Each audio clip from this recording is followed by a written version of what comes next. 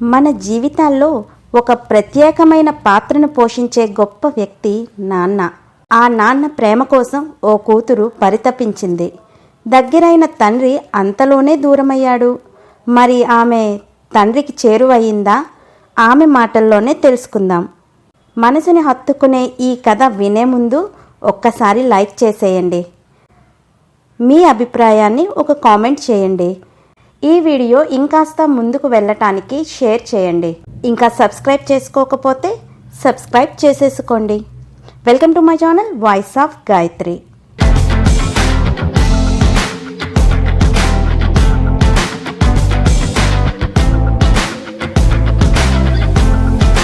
మెదడులో ఎన్నో సంఘర్షణలు. మనసు అలసిపోయింది. కూలబడ్డాను.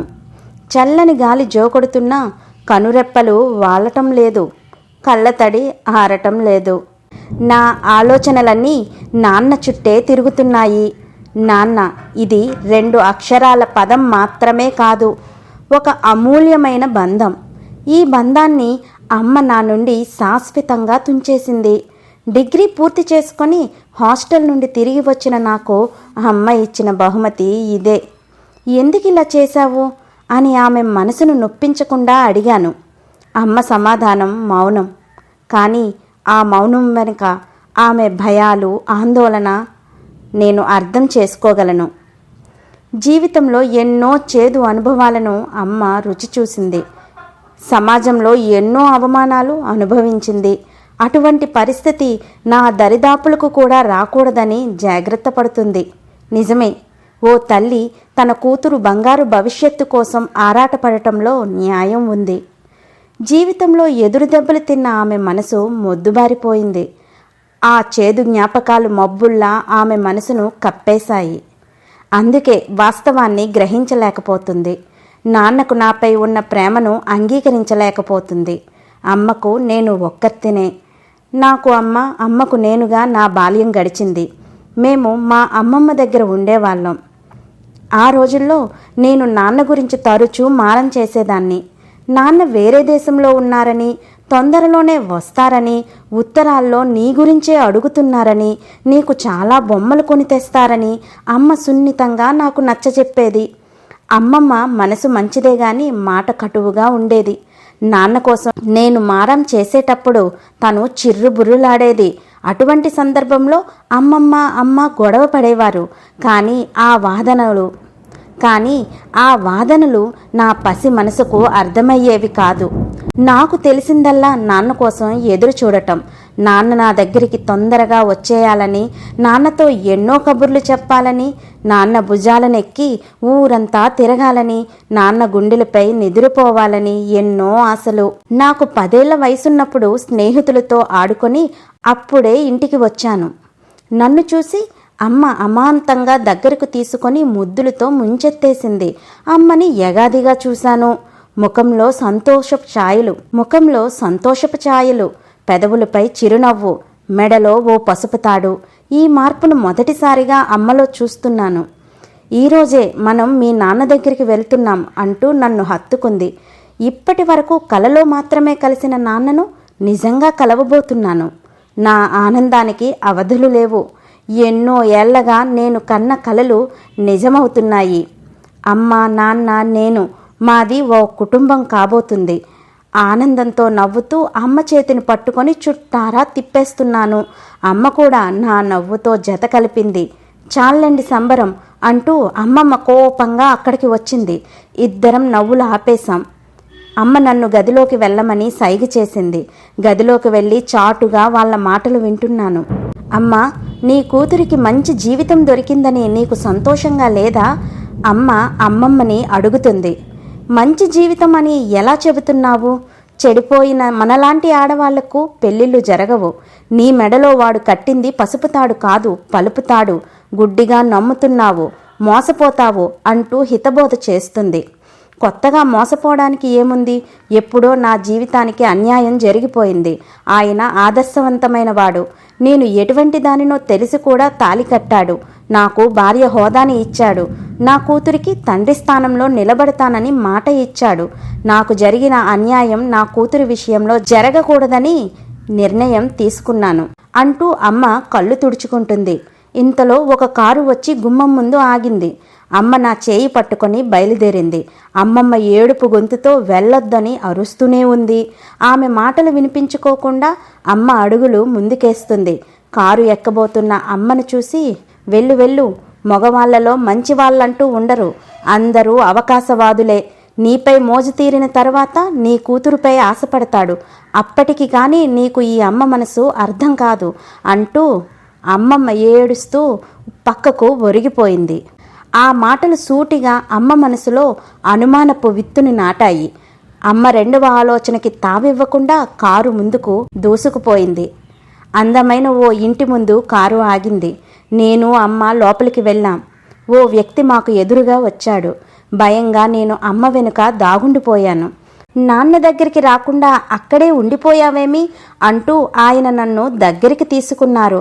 ఆయన నన్ను ఒళ్ళో కూర్చోబెట్టుకొని కబుర్లు చెబుతున్నారు. అమ్మ అమాంతంగా నన్ను తన పక్కకు లాగేసింది. అమ్మమ్మ వేసిన అనుమానపు విత్తు అప్పుడే అమ్మ మనసులో మొక్కగా మొలిచింది. రోజులు గడుస్తున్నాయి. నాన్నతో నా బంధం బలపడిపోయింది. తండ్రి ప్రేమను పూర్తిగా ఆస్వాదిస్తున్నాను. నాన్న నా నవ్వులు చూసి మురిసిపోయేవాడు. నన్ను కంటికి రెప్పలా చూసుకునేవాడు. నా కలతలను తీర్చేవాడు. ఓడిపోతున్న సమయంలో ధైర్యాన్ని ఇచ్చేవాడు. గెలిచినప్పుడు భుజాన్ని తట్టేవాడు. నాన్న నా నవ్వులు చూసి మురిసిపోయేవారు. నన్ను కంటికి రెప్పలా చూసుకునేవారు. నా కలతలను తీర్చేవారు. ఓడిపోతున్న సమయంలో ధైర్యాన్ని ఇచ్చేవారు. గెలిచినప్పుడు భుజాన్ని తట్టేవారు. నీతి నిజాయితీల గురించి ఎప్పుడూ చెప్పేవారు. చదువు విషయంలో చేయూతనిచ్చేవారు. నాన్న నాపై కళ్ళెర్ర చేసి చూసినా నాకు ఇష్టమే. దాని వెనుక నా భవితపై ఆయన ఆరాటం నాకు కనిపించేది. నాన్న మా జీవితాలకు వచ్చి అప్పుడే 5 ఏళ్లు పూర్తయింది. అమ్మ నాన్నతో ఆనందంగానే ఉంటుంది. కానీ తన మనసులో నా గురించి ఏర్పడ్డ భయాన్ని నేను గమనిస్తూనే ఉండేదాన్ని. ఒకరోజు రాత్రి నిద్రలో నాన్న అంటూ కలవరిస్తున్నాను. నా కలవరింతలు ఆయనకు తడిమాయో ఏమో నా గదిలోకి వచ్చి నా తలపై చేయి వేశారు. అప్పుడు నేను తీవ్ర జ్వరంలో ఉన్నానని నాన్నకు అర్థమైంది. వెంటనే మందులు నాచే వేయించారు. తడిగుడ్డను తలపై వేస్తూ ఆ రాత్రంతా నా దగ్గరే ఉన్నారు. అమ్మ నాన్నను వెతుక్కుంటూ నా గది వైపుకు వచ్చింది. నాన్న వైపు కోపంగా చూస్తూ, మీరు ఇక్కడేం చేస్తున్నారు నిలదీసింది. నాన్న విషయం చెప్పినా అర్థం చేసుకునే ప్రయత్నం చేయలేదు. మీ మగాళ్ళ గురించి నాకు బాగా తెలుసు. మీ విషపు చూపుల్ని నా కూతురిపై పడనీయను గొంతు చించుకొని అరిచింది. తండ్రి కూతుర్ల బంధాన్ని అవమానిస్తావా? కోపాన్ని అణుచుకుంటూ నాన్న ప్రశ్నించారు. మీరేమైనా తనకు కన్న తండ్రా? ఎదురు ప్రశ్నించింది అమ్మ. నాన్న మనసు చివుక్కుమంది. అక్కడ నుండి నాన్న వెళ్ళిపోయారు. అమ్మకు నచ్చజెప్పే వయసు నాకు లేదు. నాన్నని తలుచుకుంటూ బాధపడ్డాను. 3 రోజుల్లో అమ్మ నన్ను హాస్టల్లో చదివించాలని కఠిన నిర్ణయం తీసుకుంది. నాన్న అడ్డుపడ్డాడు. అమ్మ పట్టుపట్టింది. ఏది ఏమైనా నేను అమ్మ నాన్నలకు దూరమయ్యాను. హాస్టల్లో మానసికంగా ఒంటరి అయ్యాను. ప్రతి ఆదివారం అమ్మ వచ్చి నన్ను కలిసేది. కానీ నాన్న లేని లోటుని తీర్చలేదు కదా. ఈ మానసిక ఆందోళన వల్ల చదువులో వెనకబడ్డాను. అటువంటి సమయంలో నా చేతికి అందింది ఒక ఉత్తరం. అవును, అది నాన్న దగ్గర నుండి వచ్చింది. ఆ ఉత్తరం నాకెంతో ధైర్యాన్ని ఇచ్చింది. రోజు నాన్న ఉత్తరాల కోసం ఎదురు చూసేదానిని, జవాబులు రాసేదాన్ని. ఆ ఉత్తరాలు నా ఒంటరితనాన్ని దూరం చేశాయి. ఉత్తరాల ద్వారా నాన్న చదువులో ఎన్నో మెలకువలు నేర్పేవారు. పోటీతత్వాన్ని నాకు పరిచయం చేశారు. భవిష్యత్తు గురించి బెంగపడకూడదని నాలో ధైర్యాన్ని నింపేవారు. భయపడటం మానేస్తేనే జీవితంలో ముందుకెళ్లగలమని అర్థమయ్యేలా వివరించారు. చక్కని నడవడికను, విలువలను తెలియజేశారు. జీవితంలో ఎదురు దెబ్బలు తగిలినప్పుడు సమస్యలను ఎదుర్కొనేవారు సాహసవంతులంటూ సలహాలు ఇచ్చారు. జీవిత ప్రయాణంలో ఓర్పుకు ఎంత ప్రాధాన్యత ఉందో తెలియజేసేవారు. నాన్నకు ఉన్న ఆదర్శ గుణాలన్నీ ఆ ఉత్తరాల ద్వారా నాకు చేరువయ్యాయి. ఇప్పుడు నేను మా నాన్నకు ప్రతిరూపం. సెలవుల్లో కూడా అమ్మ నన్ను ఇంటికి రానివ్వలేదు. నాన్న నుండి నన్ను దూరం చేయటానికి ఈ ప్రయత్నం. ఇలాగే 5 ఏళ్లు గడిచిపోయాయి. నేను డిగ్రీ పూర్తి చేశాను. హాస్టల్ నుండి ఇంటికి వచ్చిన తరువాత అమ్మతో మాట్లాడి నాన్నపై తనకు ఉన్న భయాలు, అనుమానాలు అర్థం లేనివి అని వివరించాలనుకున్నా. ఎన్నో ఆశలతో ఇంటికి వచ్చాను. అన్నీ నీరు కారిపోయాయి. అసలు ఇంట్లో నాన్న లేరు. అర్థం లేని అపోహలతో అమ్మ నాన్నని దూరం చేసుకుంది. నన్ను జీవితంలో ఎప్పుడూ కలవకూడదని ఆంక్షలు పెట్టింది. నాన్న ఇప్పుడు ఎక్కడ ఉన్నారు, ఎలా ఉన్నారు, ఎంతగా కుమిలిపోతున్నారో. నాన్న మాపై చూపిన ప్రేమాభిమానాలకు ప్రతిఫలం ఇదేనా? నన్ను నేను సముదాయించుకోలేకపోతున్నాను. ఆ వేదనే నన్ను నిద్రకు దూరం చేస్తుంది. లేచి కూర్చున్నాను. ఒక కాగితం తీసుకున్నాను. అమ్మకు ఉద్దేశించి ఉత్తరం రాయడం మొదలుపెట్టాను. అమ్మా, మన జీవితాలు ఎలా మొదలయ్యాయో నాకు తెలుసు. మనల్ని ఉద్ధరించటానికి నాన్న నీ చేయి అందుకున్నారు. నీ గతం ఎలాంటిదో తెలిసి కూడా నాన్న నిన్ను భార్యగా అందలమెక్కించారు. కూతురిగా నాకు అన్ని హక్కులు కల్పించారు. సమాజంలో మనం ఊహించని గౌరవాన్ని దక్కించారు. కానీ అప్పుడు అమ్మమ్మ నాటిన అనుమానపు విత్తనం ఇప్పుడు నీ మనసులో మహావృక్షమైంది. అదే నీ మనసును కమ్మేసింది. అందుకే అపురూపమైన మా తండ్రి కూతుర్ల బంధాన్ని అర్థం చేసుకోలేకపోతున్నావు. ఆ అనుమానపు వృక్షాన్ని పెకలించి చూడు. నాన్న మహనీయులు, మానవోత్తముడు. నాన్న అంతరంగం అర్థం చేసుకో. నా బ్యాగ్లో ఉన్న ఉత్తరాల్ని చదువు. అవి ఆయన నాకు రాసినవే. ఈ 5 ఏళ్ళు నాన్న నాకు దూరం కాలేదు. తండ్రిగా ఆయన బాధ్యతలను మర్చిపోలేదు. ఉత్తరాల ద్వారా నాకు మరింత దగ్గరయ్యారు. నాన్నకు నాపై ఉన్న అమితమైన ప్రేమని, నా భవిష్యత్తుపై ఆయనకున్న ఆరాటాన్ని తెలుసుకో. నాన్న నాకు కన్న తండ్రి కాకపోవచ్చు, నాకంతకంటే ఎక్కువ. నా కన్న తండ్రి నా దగ్గర ఉంటే నాకింత ప్రేమను పంచలేకపోవచ్చు. నాన్నే నా నేస్తం, నా గురువు, నా దైవం. మా అమూల్యమైన బంధాన్ని అపవిత్రం చేయొద్దు. చుక్కలున్నంత వరకు మా బంధానికి మచ్చలు పడవు. ఈ ఉత్తరం చదివిన తర్వాత అయినా నీ మనసులో భయాలను తుడిచే. నాన్నను నా నుండి దూరం చేయకు. ఆయనకు మనస్ఫూర్తిగా క్షమాపణలు అడిగి నీ పాపానికి ప్రాయశ్చిత్తం చేసుకో. ఇదే ఓ బిడ్డగా నా కోరిక. ఇట్లు నీ కూతురు. ఈ ఉత్తరాన్ని నిద్రలో ఉన్న అమ్మకు దగ్గరగా ఉంచాను. నా గదికి వచ్చి పడుకున్నాను. తెల్లవారిపోయింది.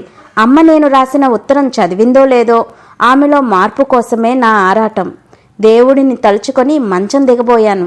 ఎదురుగా అమ్మ వచ్చి నిలబడింది. ఒక చేతిలో ఉత్తరాల బ్యాగు, మరో చేతిలో నాన్న చేయి. అమ్మ కళ్ళలో అపరాధ భావం, నాన్న కళ్ళల్లో సంతోషం. అవధులు లేని ఆనందంతో అమ్మ నాన్నలనిద్దరినీ హత్తుకున్నాను. ఈ వీడియో మీకు నచ్చినట్లయితే లైక్ చేయండి. కామెంట్ సెక్షన్లో మీ అభిప్రాయాన్ని తెలియజేయండి. మీ ఫ్యామిలీ అండ్ ఫ్రెండ్స్కు వీడియోను షేర్ చేయండి. చివరగా మరిన్ని వీడియోల కోసం సబ్స్క్రైబ్ చేసి పక్కనే ఉన్న బెల్ ఐకాన్ని ట్యాప్ చేయండి. Thank you.